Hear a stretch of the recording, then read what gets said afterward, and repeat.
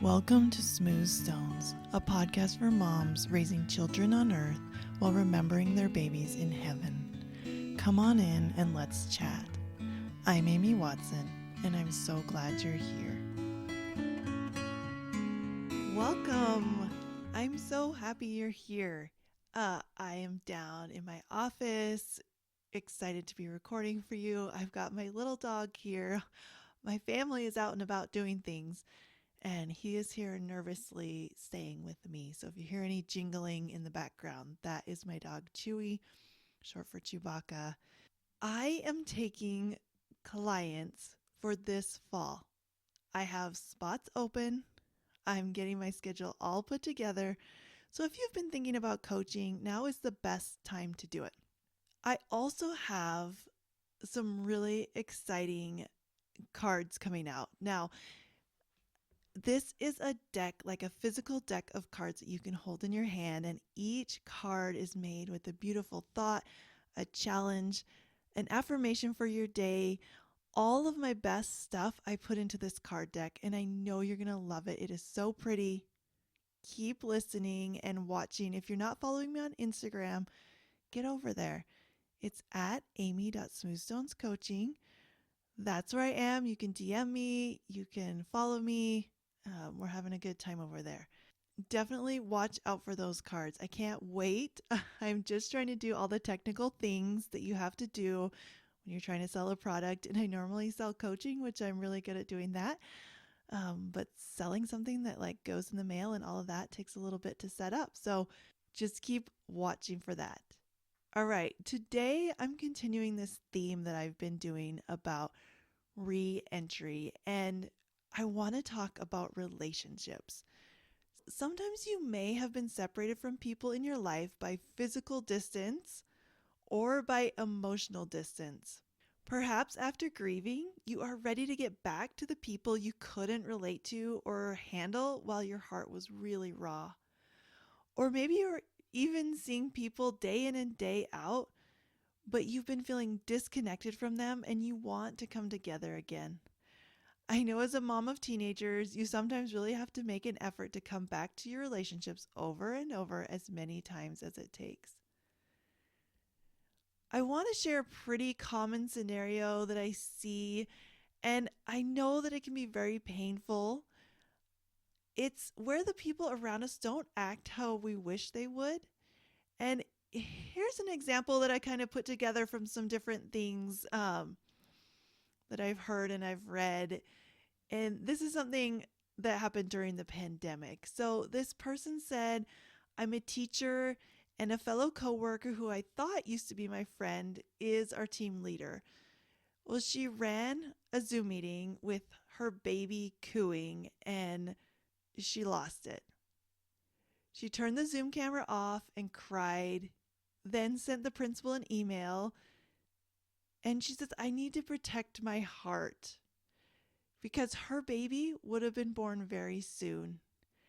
And she might have had her baby. And so this baby on Zoom really reminded her of that. But she goes on to say, I really hate people's disrespect.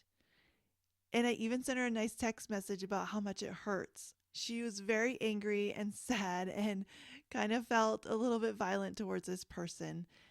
And now she hasn't heard back from the principal, doesn't know where that's at. She says, I get that we're all in a bad situation. My husband stays home with our 3-year-old. We make sacrifices and she needs to hire a babysitter if she doesn't want to send her baby to daycare. Now, this is kind of a situation that obviously someone was really upset. This happens in a lot of different ways. So I want you to think about yourself. Like, have you ever had something like this happen? Someone does something or says something, and it kind of just sets off this cascade of emotions. Especially, like I said, if it's near a due date or something else that just has those emotions already riding high. So if you've been listening to my podcast for a while, I want you to look at this story and see if you can see what's happening here. Because sometimes it's really easier to see in other people. Actually, most of the time it's easier to see it in other people than ourselves. We're a little too close to our own brains, right? So, first, let's put what happened into a model.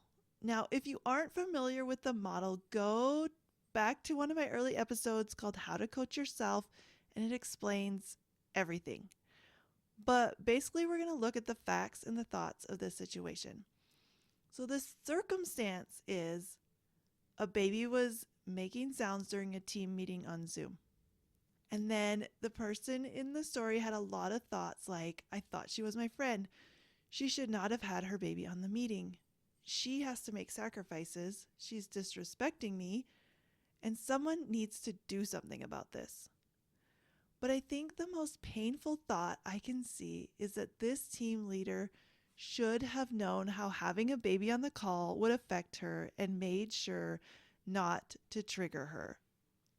She's feeling a lot of anger, not because of the baby, not because of what she heard, but because of the way she's thinking about the team leader. And this is such an important thing to notice, and it's where we get all our power back. So, what happens next and how she shows up is she's angry, she shuts off Zoom, she texts a person, emails the principal, kind of vents, and she's really judging this person. And her result is that she's blaming all her emotions on this other mom. And she's stuck because the only way to feel better is to go back in time and to make all the people behave exactly as she thinks they should. Now, can you see how it's impossible? And I don't want anyone listening who has gone through something really similar to this to judge yourself. There's no need for that. Just like we don't judge this mom. First of all, because we have to be so gentle with ourselves and others when we're grieving. The truth here is that she's sad about her baby dying, but it comes out as anger against this woman and her cute little baby. Plus, we are taught from a young age that people can hurt our feelings, but it's not true. Nobody has the power to control our emotions. Viktor Frankl said, as he reflected on his time in a concentration camp, everything can be taken from a man but one thing, the last of the human freedoms, to choose one's attitude in any given set of circumstances, to choose one's own way. And here's the thing, this sweet lady is likely going to have to speak to her team leader again and also to her boss, and she may even encounter this baby again. Just like you will need to speak to friends, family, and coworkers who may have said or done things or who you haven't seen for a while, who may not know what you went through while you were working from home, who you may not have had to see in person. You're probably sitting there thinking right now, yes, Amy, tell me what to do. I'm sick of feeling like crap anytime I think about seeing this certain person. Oh, there's my doggy. That's okay. I'm going to tell you everything you need to know. The first huge step is to recognize that you always have a choice. You do not have to keep people in your life. You do not have to talk to them ever again. You could move to outer Mongolia and live in a yurt by yourself with only a yak to keep you company. But I'm guessing that you don't want to do that. But it's something that many of us also have been taught to do. If you aren't happy, just change your circumstance. But it isn't super effective, especially in relationships. If things are bad and we cut someone out, we still have all our thoughts about that person and we still feel terrible, except now we miss them, or now we miss our job, right? We miss our paycheck, whatever it is that we changed. We miss our home, we miss our neighborhood if we moved. So you always have a choice. And if you choose to keep the relationship, then why not make it better? Because you are the one who feels all the emotions. A lot of times people will say, I can't stand so-and-so. But what you really can't stand is yourself when you are around them. You are not the person you want to be. Your brain is full of painful thoughts and it feels terrible. Now, of course, this does not apply to abusive situations. You never have to stay near anyone who legitimately is hurting you in any way. You can absolutely leave that circumstance and feel confident about it. If you are in a situation like that and you're listening to me right now, go get help. But if you've decided that this isn't abuse and you don't want to cut this person out of your life, or maybe you can't, like they're just someone who's always going to be there, then the next step is to really look at what's going on in an objective way. Pretend that your life is a movie and everyone is a character. Just be an observer. What is different when you take some of the meaning that we've added to it out? Going back to that example from before, can you see how the baby being at the meeting had really nothing to do with our sad mama? We honestly have no idea why baby was there, but I'm guessing that this mom had no other choice but to bring her, right? And we don't know what she was thinking. Maybe she did care. Maybe she recognized that this might affect someone else, but maybe she was totally oblivious. But I highly doubt that she purposely brought a baby in to work to upset her coworker, right? We just have to be on to our brain because that's the story that we're being sold sometimes. Because we as humans are just so self-centered. And we just think, why would they do that to me? But what if they're not doing it to you? What if it's just completely independent of you? And that person is really focused on their own self, just like you're focused on your own self. And it's okay that we all do that. And let's just even say, what if this lady brought the baby in on purpose to try to get a reaction out of her team member? So what? You still get to think whatever you want about it. Because when you manage your own thoughts and emotions, you are the one who gets to feel them. So the next time there's a meeting or a conversation with this coworker or the boss, she's got to say, how do I want to feel? The baby was there, the angry email and the text went out. And now what? She'll probably want to take some time to feel her feelings. Don't do anything to try to feel better.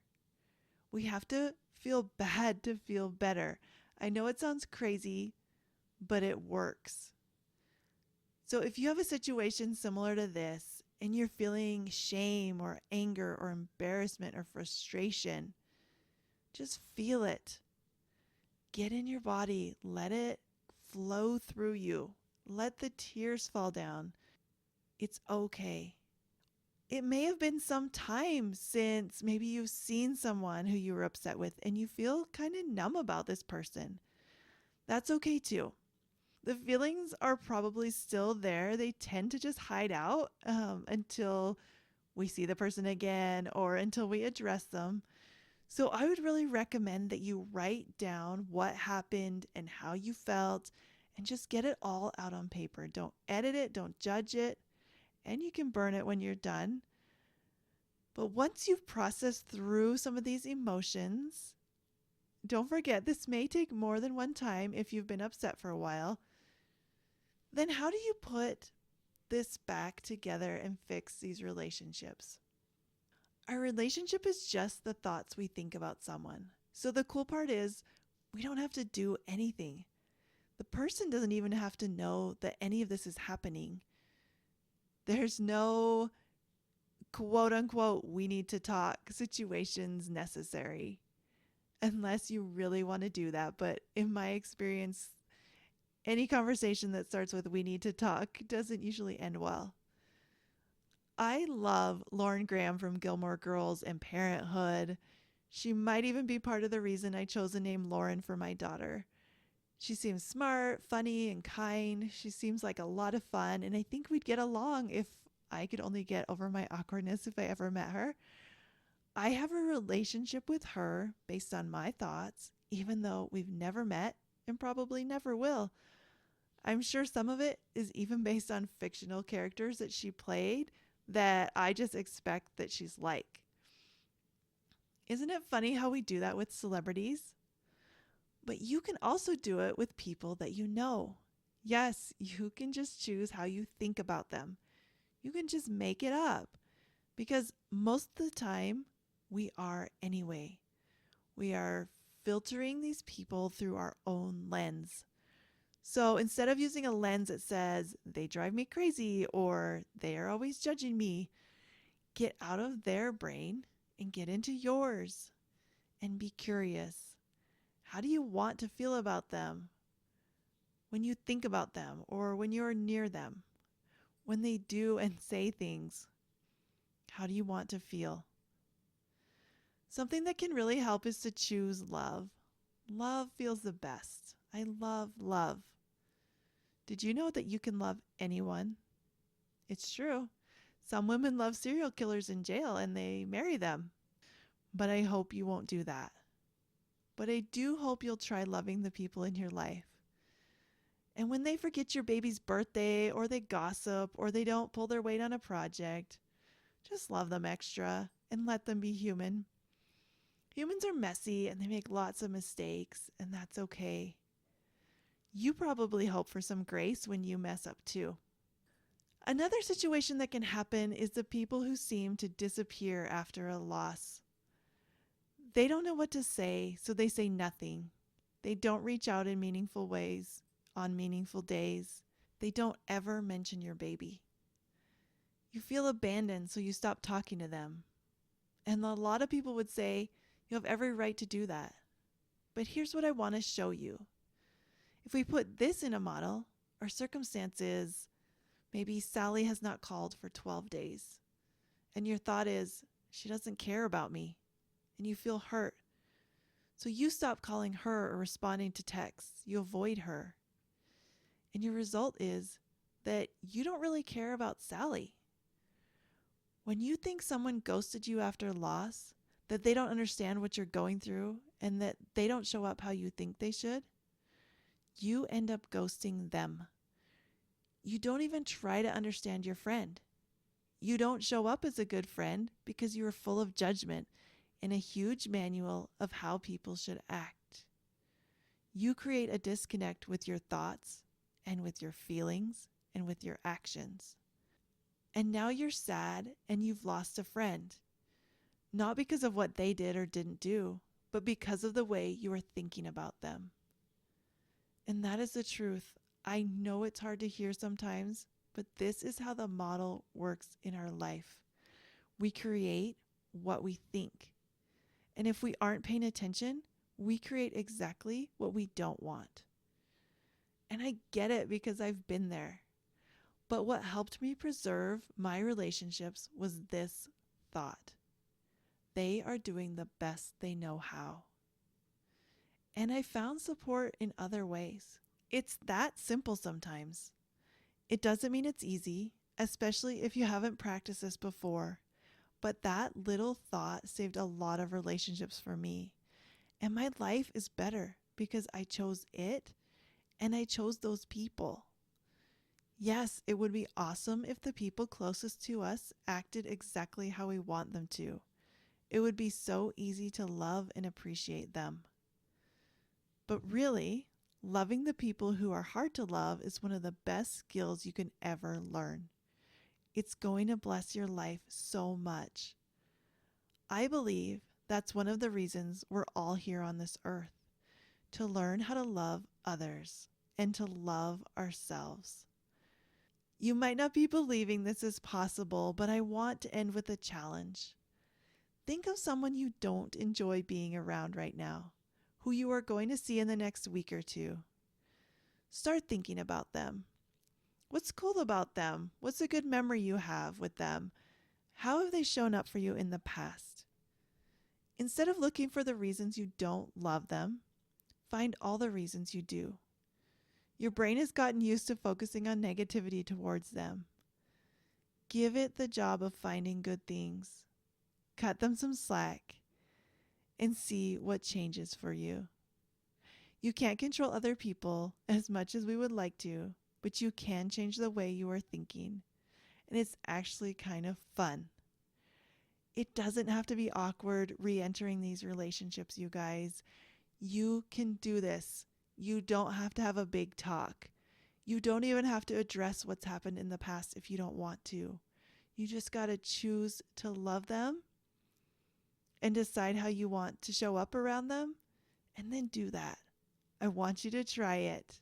Now, these are some of the skills I teach you in my 3-month program, The Path to True Joy. You'll become an emotional expert and learn how to have amazing relationships among so many other things that I teach you.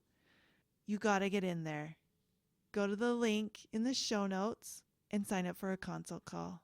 I can't wait to meet you. Have a great week. We'll see you next time.